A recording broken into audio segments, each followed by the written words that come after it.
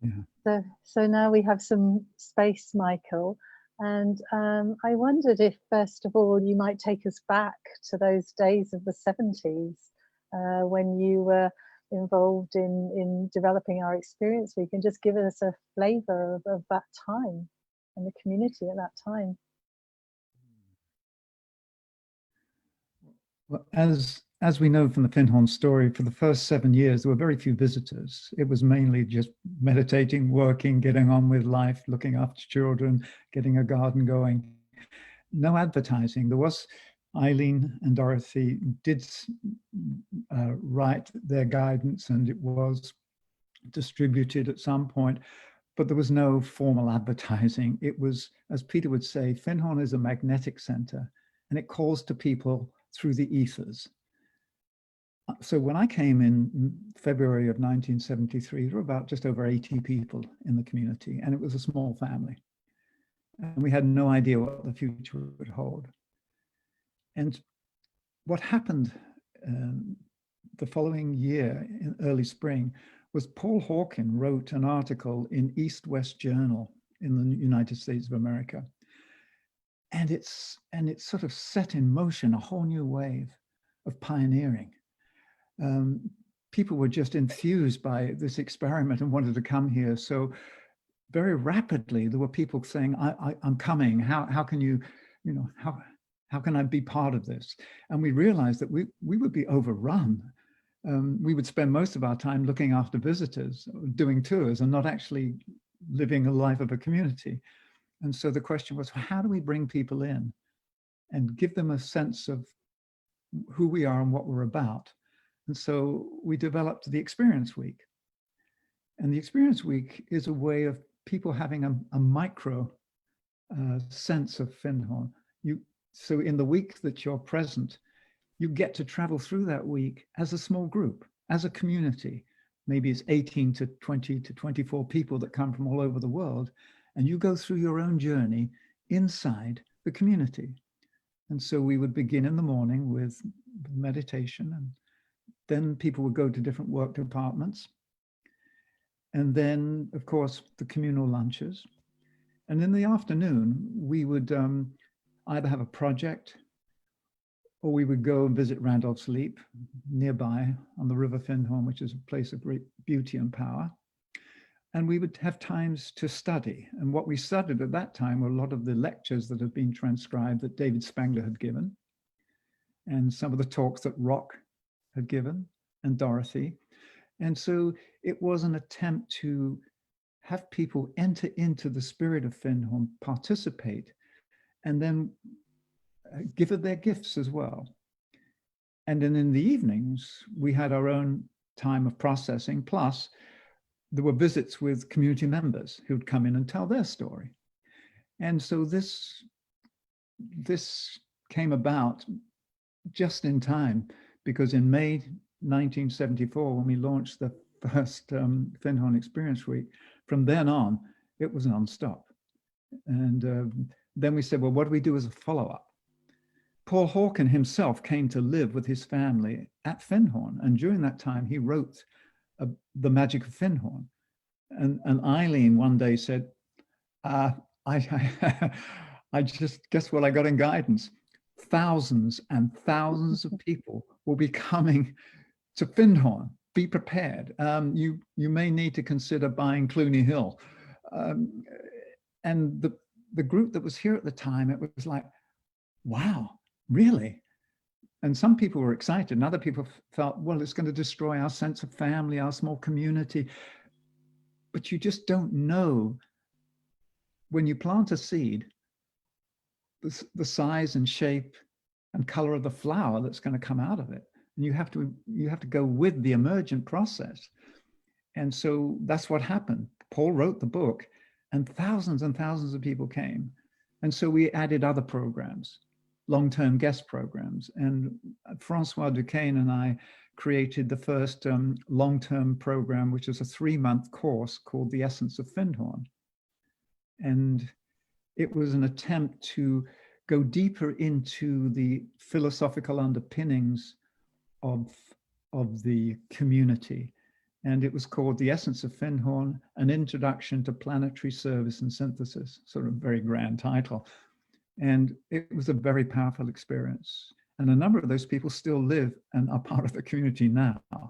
Because I was wondering, Michael, because you were saying about like there was a pioneering spirit in those days, because this was the 70s, and I wonder what kind of people were attracted to come, or what was it that they were finding when they came, you know, and what caused people to come. Some people came and left and went out into the world, but you know, what was the kind of zeitgeist of the 70s, I suppose, in terms of it was though Findhorn, the angel of Findhorn, had said, come help us build, come help us build.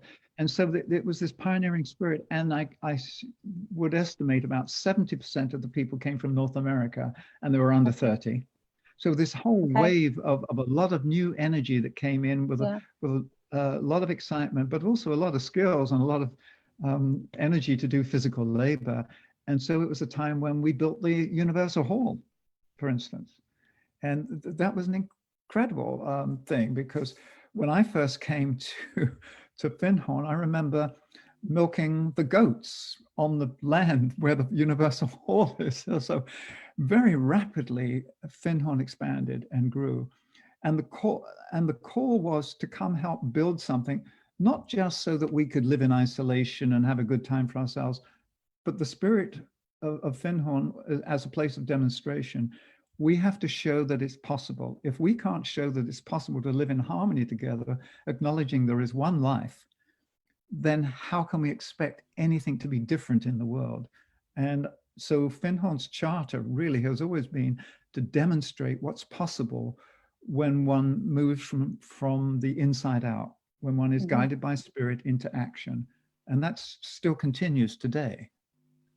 Yes, and it's interesting when I hear you describe Experience Week, because Experience Week, we still run Experience Week, and everyone who has done Experience Week will recognize the elements that you describe of those early Experience Weeks, and what we still do today.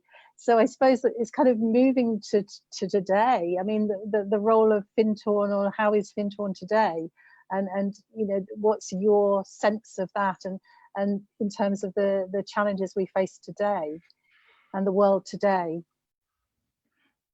Well, Findhorn still has the same role to demonstrate that it's possible, and by doing it, not by talking about it. It's a place of demonstration. It's not a place of conversation about concepts. And it's more complex now than it was in the 70s. In the 70s, it was pretty straightforward. We came, we built, we grew things, people grew, vegetables grew. We had programs. People came because there was something stirring inside their heart. And they felt they were part of this great movement on the planet of renewal. And Findhorn was one of the early places that said, hey, this is where we're going to demonstrate this new civilization, this new way of living. And so what I see today is a greater challenge, because Findhorn has to now model more than it did before. Before, we didn't model the new economy. We didn't model in the early days environmental awareness. We lived in caravans, metal boxes that were like ovens in the summer and refrigerators in the winter, and were damp and moist all year round. And that's changed. So today, I believe Findhorn has to show, how do you live in harmony, but how do you live in right relationship as community with an economy that is based on the principles of caring and sharing? What does that look like? And so what I believe has to happen now is an act of daring to step into the unknown. And yet it isn't unknown to the deep self. If you go back to the God within, or the essential divinity, or the seed that lives inside, that already holds the promise. So it's not unknown, it's just unrealized. We have to realize it, we have to bring it about. The daring is daring to step into a place where we go back to what we did in the early days of Findhorn, which is how do you listen together? Inner collective listening. And then how do you bring together all the different insights and impressions that are received and put them together, and so that something emerges where people say, here's the plan for the next few months or for the next year. And it's a very tough challenge, but Findhorn has to be up to it, because there has to be groups around the world that are willing to pioneer this, to willing to dare. And sometimes that daring means letting go of the forms that we've used in the past. So when I tune into Findhorn now, I still have the same sense of the deep purpose and promise of the place and its gift. And it hasn't fully flowered yet. Some of the forms and structures that we've created as part of our society, as part of our educational system, they may have to be totally reconstructed or deconstructed and reimagined, because the form is always temporary. And so I go back to the Tibetan sand mandala. After they've carefully for a day or two, they've done this wonderful sand mandala, and then they go, and they just sweep it away. And it's okay, let's do it again. And so I believe Findhorn is that place where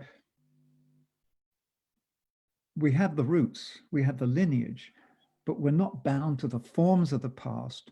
We're aligned to the note that is a timeless note that sounds in the past, in the present, and in the future.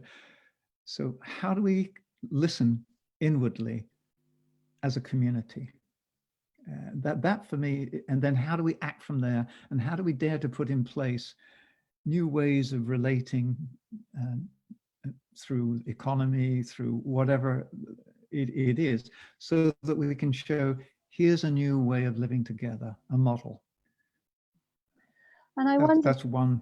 yes, that's and one I wondered, Michael, because at this time, I mean, we're an international centre, and people come from all over the world. But we're also aware, you know, this is not the time necessarily that people will be travelling, and within our community at the moment, we know the strength of building the community here at Findhorn in Scotland. But we also know the potential of our global family. So I wondered if you wanted to say something about these processes of how we, the spirit of Findhorn is both here in the place, but it's something that can be out in the world as well. It is out in the world because Findhorn is an expression of a deeper planetary purpose. It isn't replicating Findhorn. Findhorn is an organism that responded to this deep planetary call to create a new way of being, to create synthesis on the planet, to bring the dismembered aspects of the human family back together, to bring us back into relationship with the sacred ecosystem of Gaia. So even though Findhorn is a place, it is also a vehicle of expression of a greater life, a greater purpose. And I think that's why it's always important to see Findhorn as a planetary center, as a center of light. So it isn't just Findhorn for itself, and how do we help Findhorn survive, but how does Findhorn continue to be a place through which this greater planetary purpose can flower? And one way, of course, is by having people send their love and send their thought. Right now, all the people around the world in this conversation, listening to us now and participating in the meditation, we are present together. Even though we're not at Findhorn, we occupy the same inner space. So this whole online experience is training us to, wherever we are, we can still be together at the deepest level. So the primary relationship, online relationship, is with the God within, and then with each other. So I believe we can use this, and just the fact that people are sending their thoughts, their good wishes, and also financial contributions because it's just energy. It's a way of supporting what needs to happen at Findhorn. In that way, all of us can feel like planetary citizens. Mhm. And then we realize wherever we are, that is a point through which I can express my planetary citizenship, or how I'm calling it now is like the fact that I am a Gaian, my Gaiahood. This is where I can express my Gaiahood through a Findhorn, so that Findhorn doesn't become the be all and end all. Mhm. It's an opening through which something more beautiful and yeah, more just, more right can emerge, but it has to be demonstrated. It isn't just writing all this stuff in a book and sending it out and saying, well, if only we would follow these wonderful platitudes. Peter was very clear. It has to be anchored. And Eileen was very clear. We do not advertise and send out anything from Findhorn that's not been lived. We can't say, oh, we'd like to do this, we're thinking of doing this, or we'd hope to do this. It's a place of demonstration. Therefore, we communicate what we're demonstrating. And that's the magnetic power of Findhorn. It's a magnetic center because of the deep spiritual roots, but it's also magnetic because it's living the roots. That, I think that for me was the main Yeah. thing that I And, got from knowing Peter and Eileen and Dorothy as I did. and do you want to describe in a bit more detail some of those practices that is that demonstration? From, are you talking about the future or? Just the practices. I mean, you talk about group consciousness, and we practice attunement, the kind of spiritual practices, I suppose, that really underpin what you're talking about.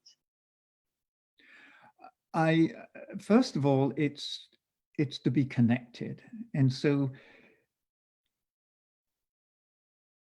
if we come together as we are doing now and start with our own center, and then we link with each other heart to heart, we create this network of hearts. And then we realize, but it's not just a human experience.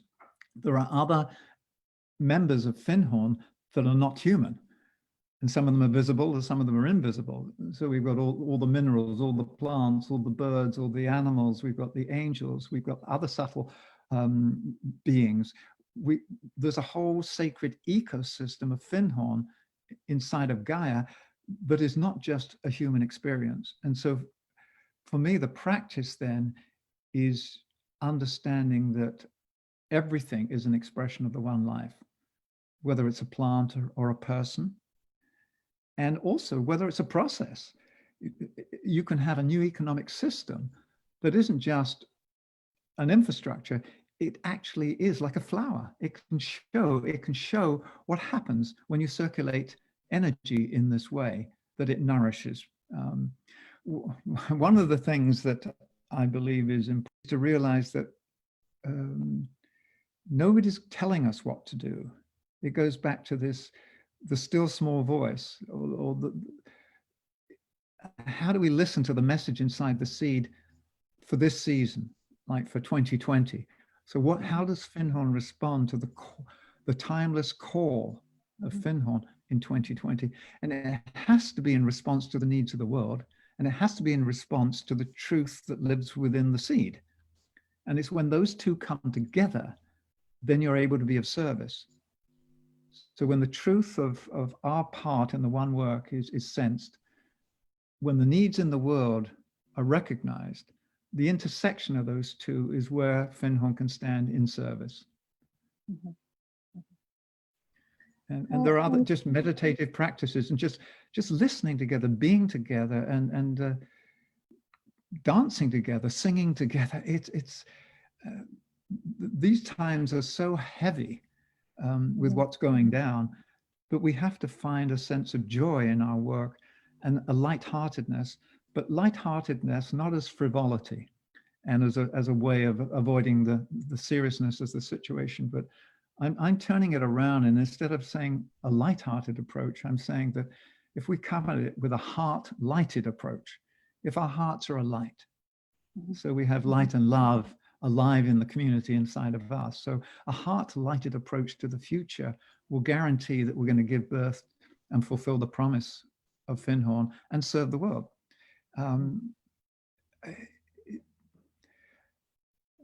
And it's up to the people living there now to figure out what forms it takes.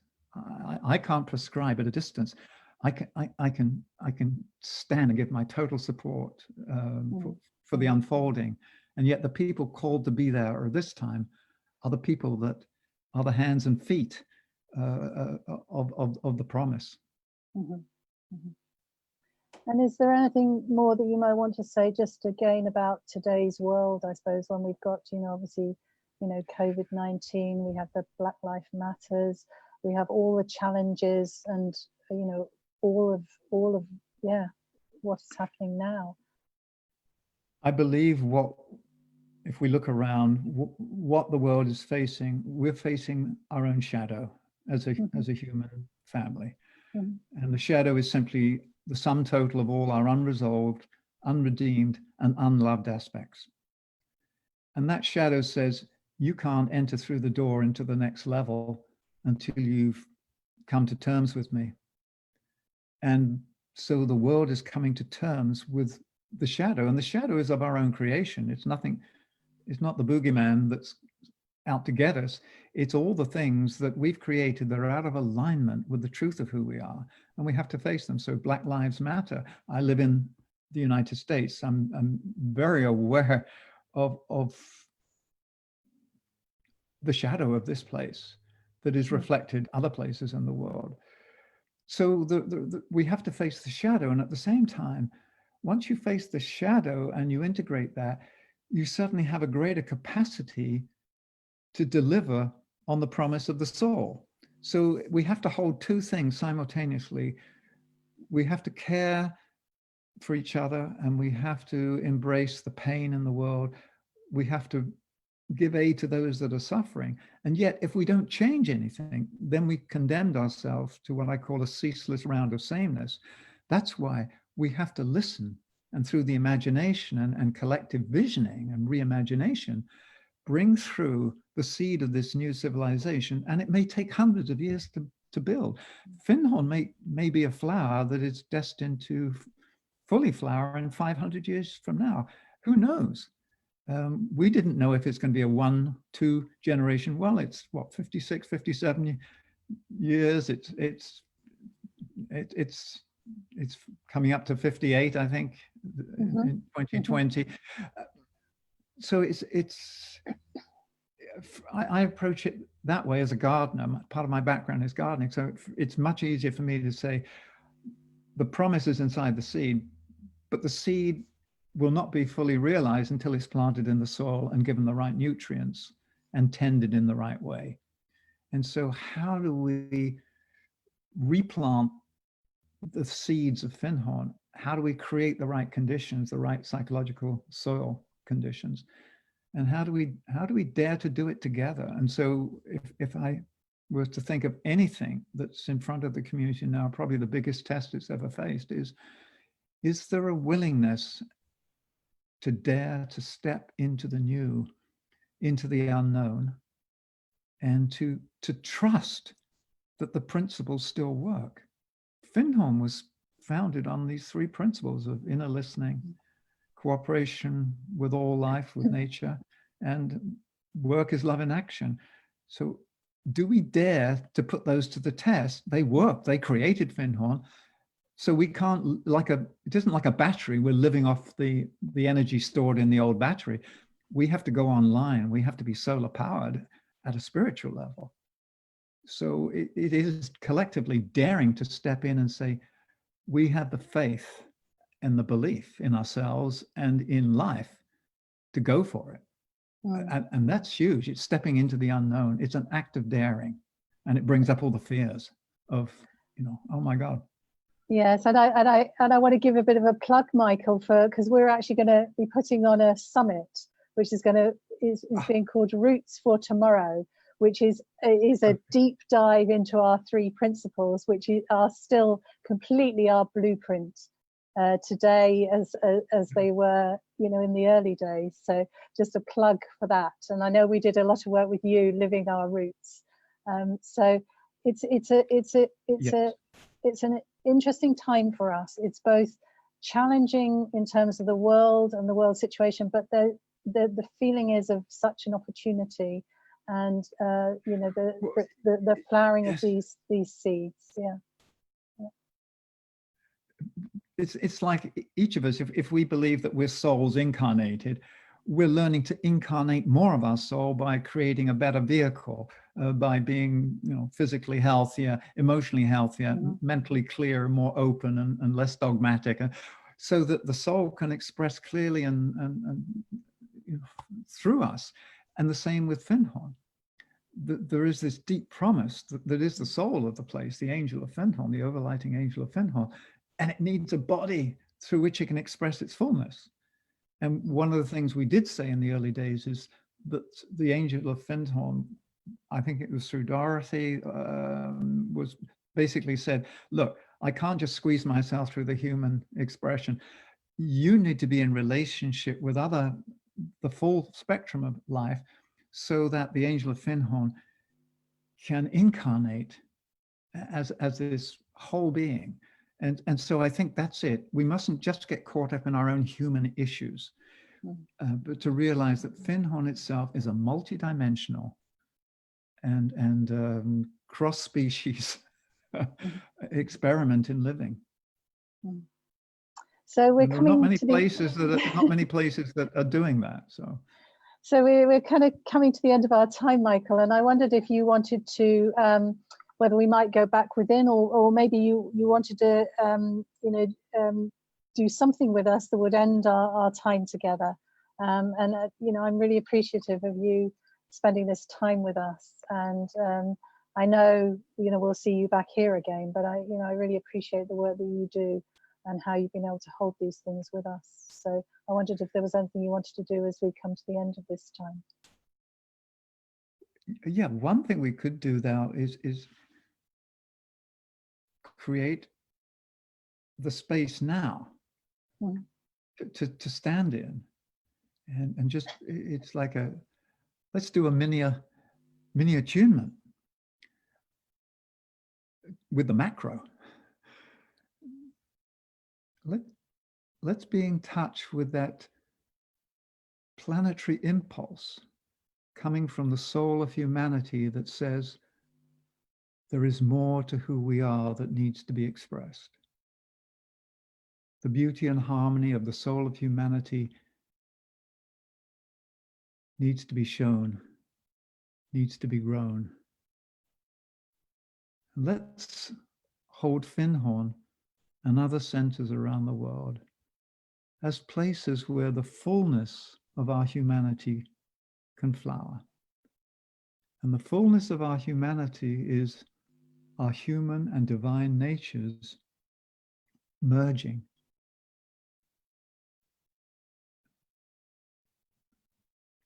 So that our flower expresses the hope and the promise that lives in the heart of our human family.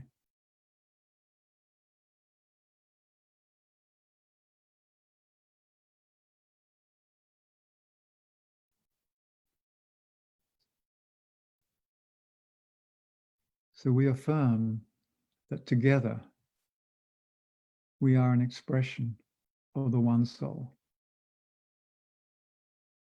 And Findhorn is a place of demonstration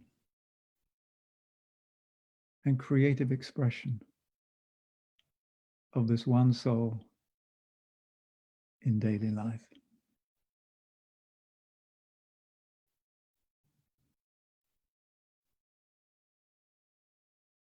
And I invite us all gathered today to hold the community in our hearts in the coming week and the coming 2 or 3 weeks, as the community steps into this time of deep reflection.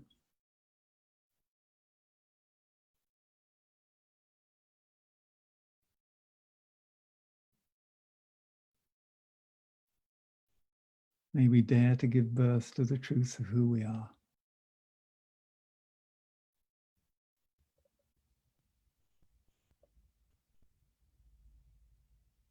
So be it.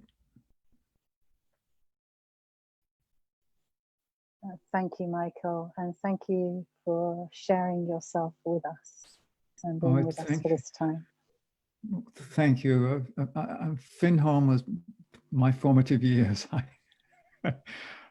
Yeah, I have a deep communion with the place and with all of you. Thank you. Thank you. One incredible family, as we say. We are one incredible family. Thank you, Michael. Thank you.